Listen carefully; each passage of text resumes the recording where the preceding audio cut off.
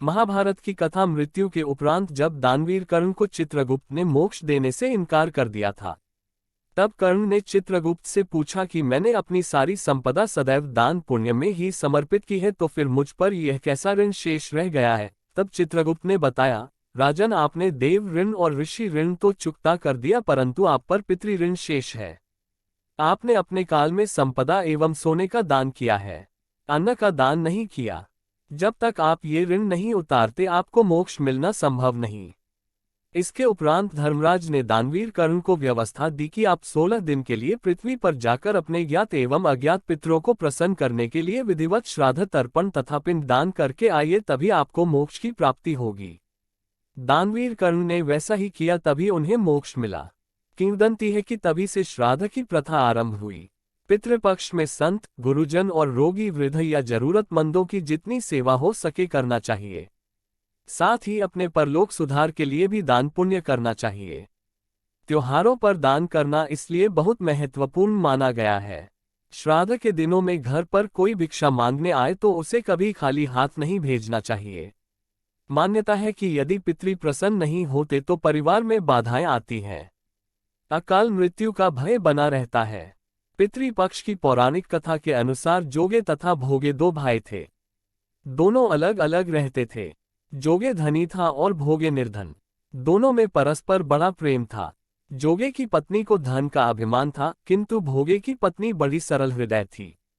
पितृपक्ष आने पर जोगे की पत्नी ने उससे पितरों का श्राद्ध करने के लिए कहा, तो जोगे इसे व्यर्थ का कार्य समझकर टालने की चेष्टा करने लगा, किंतु उसकी पत्नी समझती थी कि यदि ऐसा नहीं करेंगे तो लोग बातें बनाएंगे। फिर उसे अपने मायके वालों को दावत पर बुलाने और अपनी शान दिखाने का यह उचित अवसर लगा। अतः वह बोली, आप शायद मेरी परेशानी की वजह से ऐसा कह रहे हैं, किंतु इसमें मुझे कोई परेशानी नहीं होगी। मैं भोगे की पत्नी को बुला लूंगी, दोनों मिलकर सारा काम कर लेंगी। फिर उसने जोगे को अपने पीहर न्योता देने के लिए भेज दिया। दूसरे दिन उसके बुलाने पर भोगे की पत्नी सुबह सवेरे आकर काम में जुट गई।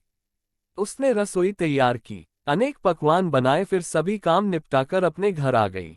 आखिर उसे भी तो पितरों का श्राद्ध तर्पण करना था। इस अवसर पर न जोगे की पत्नी ने उसे रोका न वह रुकी। शीघ्र ही दोपहर हो गई।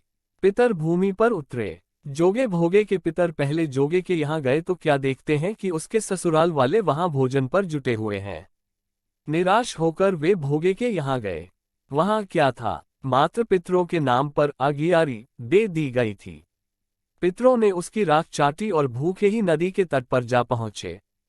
थोड़ी देर में सारे पितर इकट्ठे हो गए और अपने अपने यहाँ के श्राद्धों की बड़ाई करने लगे।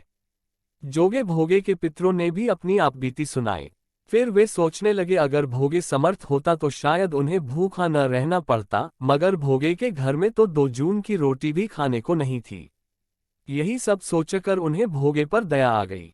अचानक वे नाच नाचकर गाने लगे, भोगे के घर धन हो जाए, भोगे के घर धन हो जाए। सांझ होने को हुई। भोगे के बच्चों को कुछ भी खाने को नहीं मिला था। उन्होंने माँ से कहा, भूख लगी है। तब उन्हें टालने की गरज से भोगे की पत्नी ने कहा, जाओ, आंगन में हौदी औधी रखी है, उसे जाकर खोल लो और जो कुछ मिले बांटकर खा लेना। बच्चे वहां पहुंचे तो क्या देखते हैं कि हौदी मोहरों से भरी पड़ी है।